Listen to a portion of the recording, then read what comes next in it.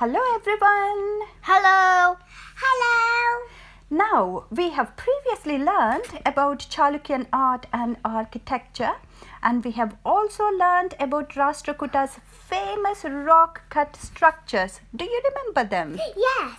Yes, you do. What was it then? Oh, it was Kailash Temple. It was Kailash Temple. I love Kailash Temple. Yes, it was Kailashnath Temple and it was in rock cut style. Now, today we will learn about a great kingdom, that is about Kakatiyas, who ruled in the heartland of India and united most of Telugu speaking parts of India, and ruled from all the way from Nagpur in the north to Kanchi in the south. Yes. What is Kakatiyas and who are Kakatiyas? Good Who are question. Kakatiyas? Good question. Any more questions? Same as us. Okay. Now, who are Kakatiyas and what are the great structures by Kakatiyas? So you have asked me two questions. Today we will learn about the great structures by Kakatiyas, and we will deal with the second question, who are Kakatiyas, in our next video. Okay? Now, what are the great structures by Kakatiyas? They are, yes, do you know them? Warangal Fort, Thousand Pillar Temple, Yes. and Ramappa Temple. Ramappa Temple as well. Yes, they are the most famous structures by Kakatiyas. Yes. There are several temples. There were several temples built by Kakatiyas. True, that is true. Now, we will only discuss about these most famous structures by Kakatiyas. That is Ramappa Temple and also Thousand Pillars Temple, which is also called as Veyi Stambala Gudi in Hanamkonda, and also about Warangal Fort, and also the temple within Warangal Fort, that is Vayambhu Temple, and also the most famous Kirti Toranas in Warangal Fort. Yes. Warangal Fort is in Warangal. Yes, of course it is in Warangal. Well done. Now, these structures by Kakatiyas evolved from later Chalukyan style of temple architecture and decoration. So we have seen Chalukyan style and they are almost like Chalukyan styles, but although they have evolved from Chalukyan style, all the temples and temple complexes built by Kakatiyas have a distinct style. Technology and also decoration exhibiting the influence of Kakatiyan sculptor is unique. Why are they unique? Oh, that's a good question. I would love to answer that. Now, let's look at both Ramappa and also Rudreshwara Temple. Rudreshwara Temple is nothing but the Thousand Pillar Temple. Oh. The deity is Shiva inside the temple. That's why it is called as Rudreshwara Temple, also built by the king Rudra. Yes. The deity is Shiva. Shiva is the deity, presiding deity in the temple. That's right. Now, these two temples are an architectural marvels, second to none in Bharat for its special and unique features. Now, let's look into the features. It is situated in the northern part of Telangana, bridging north and also south Bharat across the Vindhyan range and mighty rivers Tapti, Narmada and Godavari. The architectural style of the temple shows the finest amalgam of both northern style, that is Nagara style, and also the southern style, which is Dravida style of architecture. So the unique architecture that has come out of this combination of Nagara and also Dravida is called Vesara style. So the Kakatiyan structures are in Vesara style. The temple structure was built with both sandstone and also very hard black basalt rock or granite, black granite rocks. Although the archaeologists confirm that the temples, both Thousand Pillar Temple and also Ramappa Temple, were not built out of one big single rock, or in other words, they are not a rock cut style like Kailashnath Temple that we have seen in our previous video. But it's very hard to believe what the archaeologists say.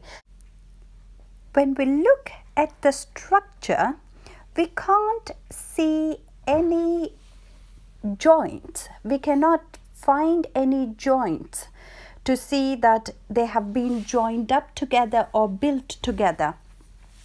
It gives almost a feeling that it is a rock cut style. But we know that it is not, because archaeologists confirmed that it is not rock cut style like Kailashnath Temple.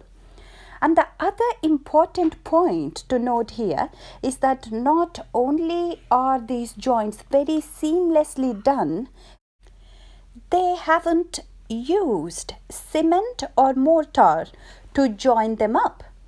The pillars were not made out of one single rock, but blocks of rocks joined together with tapered joints or tongue and groove kind of joints. Oh, so a bit like Lego, basically. Oh, yes, a bit like Lego, but much more sophisticated Lego. They have put them together. Now, you can see here from this pillar, it doesn't look like it has been joined up, or it doesn't look like it's made up of different blocks. It almost looks like it has been carved out of one single rock. Yeah, but what is the proof that they are not built by one single rock? Good question. Now, to find out, we have to go to some of the abandoned temples which have been affected by earthquake, which have come out of place. You know, the blocks have come out of the place. Now, if you can see this pillar here, you can clearly see that it has come out of its place. The blocks have come out of its place. Yeah, but how come this temple, which is near to the 1,000-pillar temple, got affected by the earthquake and the 1,000-pillar temple didn't? Well, Thousand Pillars Temple and also Ramappa Temple were hit by earthquakes. But these two huge temple structures had a very advanced foundation in place to withstand the earthquakes. These were built at least 800 years ago, but the temple is constructed by using an unique technique called sandbox technique for geostructural strength, or for strong foundation to withstand an earthquake. In this technique, a deep pit is dug and filled with sand and covered with huge rock beams or plinths. On this rock platform, the huge columns were raised and then the main structuring was made. And when earthquake hit Ramappa Temple and also Thousand Pillars Temple, the plinths on the floor, which were placed on the sand, gave away and let the structure stay in place.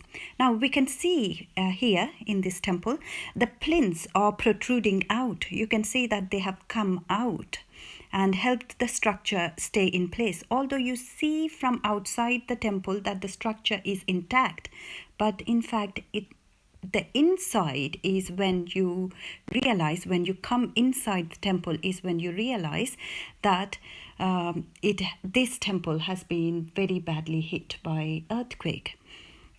Another wonder of Ramappa Temple is that the rocks or bricks from this temple can float in the water. Unlike naturally floating pumice stones that can naturally float, these are man-made bricks. They are not naturally occurring stones. Wow, they actually float! Yes. Now, tell me, have you ever heard of musical instruments made out of stones?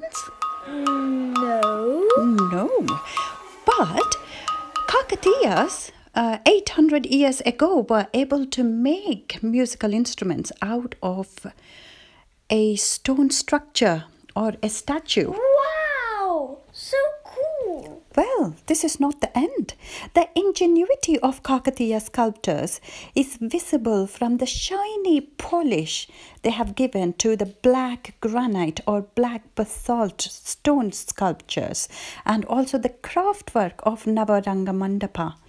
Beautiful images of deities, animals, and flowers on the hardest stone that can be carved, that is the black basalt stone, with a beautiful glass finish, can still be seen even after 800 years after it has been built. Now, besides artistic exuberance and technological advancement, its significance also lies in its contribution to exhibit and preserve ancient art forms like dance. The sculptures are based on Jayappa Senani's Nritya Ratnavali, which is based on Natya Shastra. One can see different dance forms like Perini, Prankana, Suddhanartana, Dandarasak, Shivapriya, Chindu, Kolata. These are some of the dance forms, ancient dance forms that can be seen in the sculptural art of the temple. You can see from this pillar that it has been beautifully carved and it is decorated with very intricate designs. The designs are very hard to achieve even to this day with our so-called modern machines that we have or tools that we have. Now you can see that a small string can be placed and it can be pushed through these tiny designs that are on the pillar. What kind of tools they must be having to come up with such beautiful, intricate designs? Wow, this is amazing! A great achievement by our ancients. Thank you for all this information on the Kakatiyas and their amazing structures. Yes, thank you. You're all welcome.